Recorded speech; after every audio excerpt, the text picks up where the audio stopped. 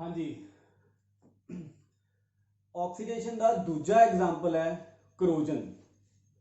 पहला एग्जाम्पल आप पढ़िया सी रेंसिडिटी। रेंसिडिटी की है oxidation of unsaturated oils and fats. किवें प्रिवेंट कर सकते हो? बाय फिलिंग नाइट्रोजन ते by keeping the food in refrigerator. दूजा टॉपिक है, दूजा एग्जाम्पल है ऑक्सीडेशन का corrosion.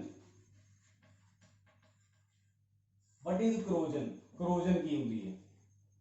What is corrosion? Corrosion होंगे है eating away of metal, slowly eating away of metal, slowly eating away of metal,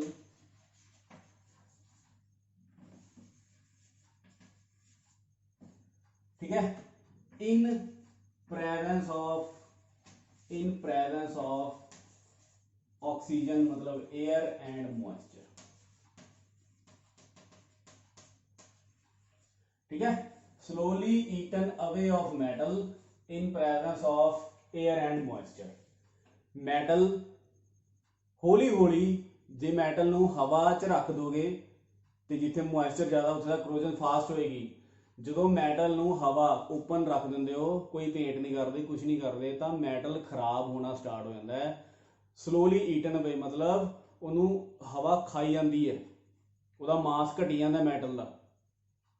ठीक है, slowly eaten away of metal in presence of air and moisture, इनू आप कहते हैं corrosion. दूसरी definition एवं लिख सकते हो कि करोजन की है, आ डेफिनेशन औखी आ लिखना, ऑक्सीडेशन ऑफ मेटल।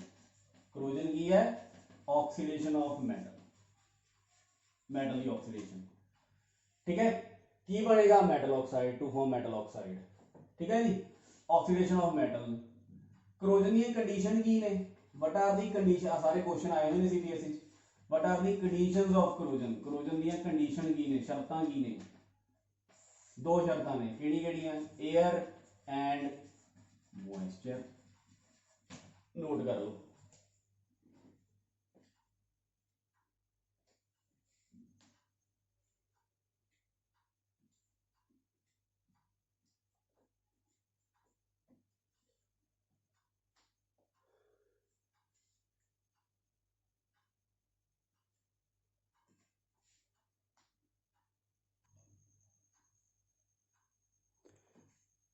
एग्जाम्पल की है करोजन का?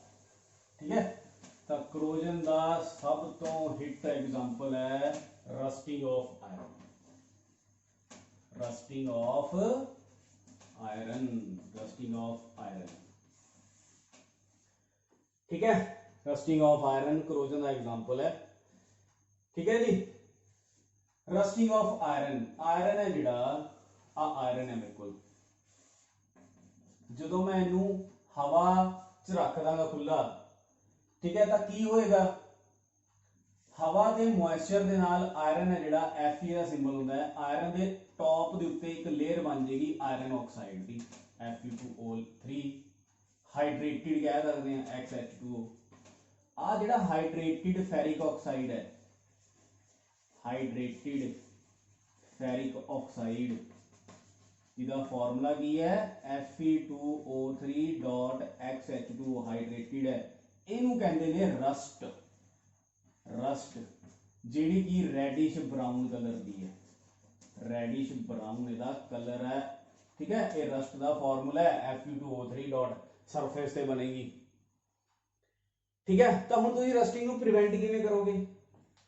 ठीक है, prevention of rusting, methods to prevent rusting, prevention of rusting. किवें प्रिवेंट करोगे रस्टिंग, किवें बचाओगे आयरन नू खराब होने तो, जंग लगन तो किवें बचाओगे? पहला बाय पेंटिंग, पेंट कर देंगे, पेंटिंग। ठीक है, पेंटिंग जिवें शटर ने दुकानों के आप पेंट कर दें, गेट ने जिहड़े घरों के पेंट कर दें, मशीन के हिस्से बाहर, हुण देखो मशीन के बाहरले हिस्से तुसीं पेंट कर सकते हो, पर अंदरले हिस्से ने जिहड़े जिहड़े बाइक है, जिवें बाइक है अपनी, बाहरों दा पेंट हुंदी है, पर जिहड़े अंदरले इंजन के अंदर उत्थे पेंट नहीं हो सकता। तो दूजा method by oiling and greasing, oiling and greasing. Bike आप की करते हैं? ऑयलिंग एंड ग्रीजिंग, ग्रीस कर दें, ऑयलिंग एंड ग्रीजिंग, इस नाल भी रस्टिंग नहीं होंगी। ठीक है, oiling and greasing, painting. Teeja method जिहड़ा कि बहुत ही इंपॉर्टेंट, तीजा मैथड है galvanisation. What is galvanisation? Galvanisation की होंदी है, ठीक है। आयरन नूं जे मैं रस्टिंग तो बचाना है तो मैं आयरन की कर देना गैल्वेनाइजेशन। गैल्वेनाइजेशन की होंदी है? आयरन के उपर आ मेरा आयरन है, आयरन के उपर मैं किहदी कोटिंग कर देना? आयरन के उपर मैं कोटिंग कर देना जिंक की। What is galvanization? Coating of iron, coating of zinc on iron surface, on iron surface. आ क्वेश्चन पिछले बार बड़ी बारी पूछा गया है कि वट इज केड़ा मैटल यूज होंदा गैल्वेनाइजेशन, तो याद रखियो गैल्वेनाइजेशन च जिंक यूज होंदा है। वट इज गैल्वेनाइजेशन का बहुत घट है, एवें आया विच metal is use in galvanization. का गैल्वेनाइजेशन की होंदा है? जिंक की कोटिंग होंदी है आयरन के उपर, ठीक है। क्यों? क्योंकि zinc is more reactive than iron, zinc is more reactive than iron, more reactive than iron, ठीक है।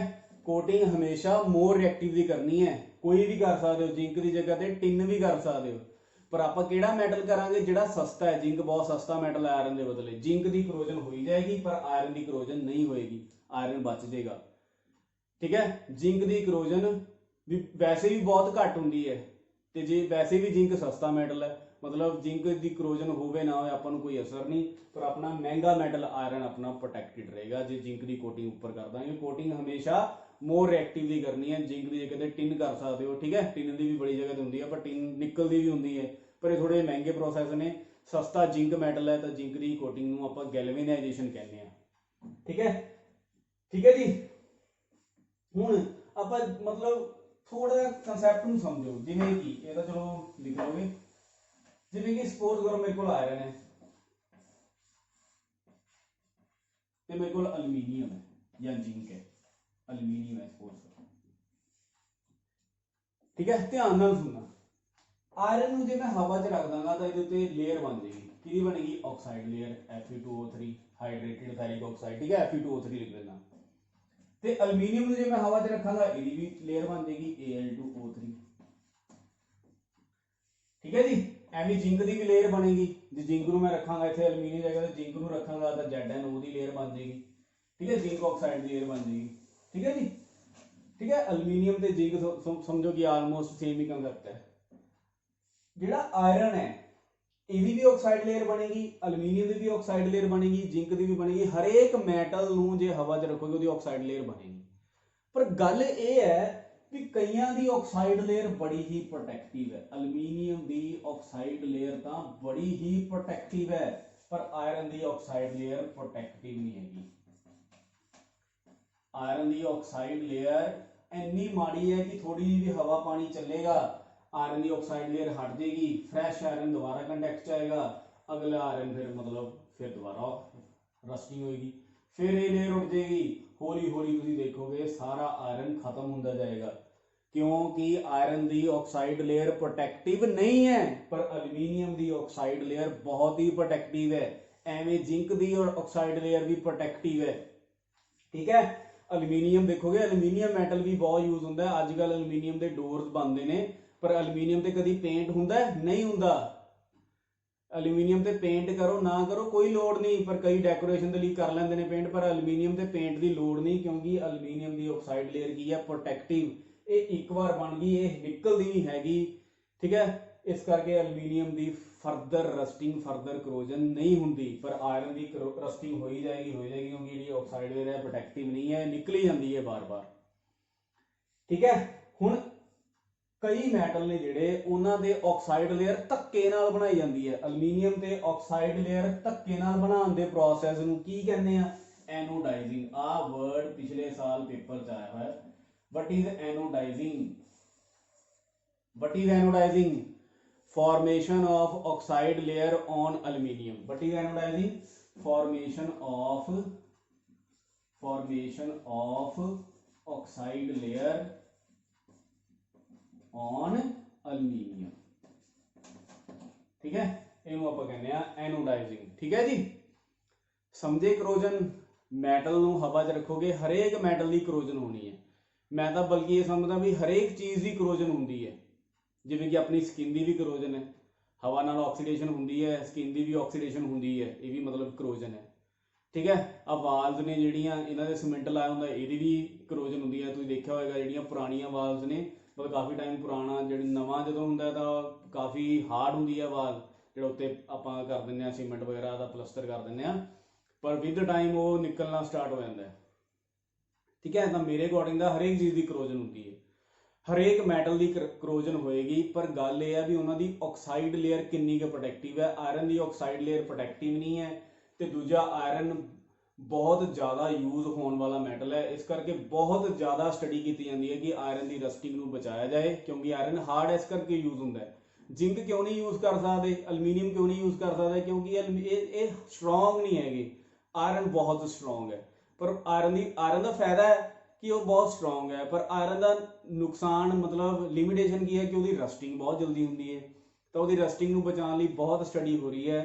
ठीक है। तो रस्टिंग जो सब तो बेस्ट मैथड है coating of zinc on iron, coating of more reactive metal on iron. Zinc की होंगी है क्योंकि जिंक सस्ता है, महंगे मैटल आयरन को बचा लेंदा है, आयरन स्ट्रोंग भी है।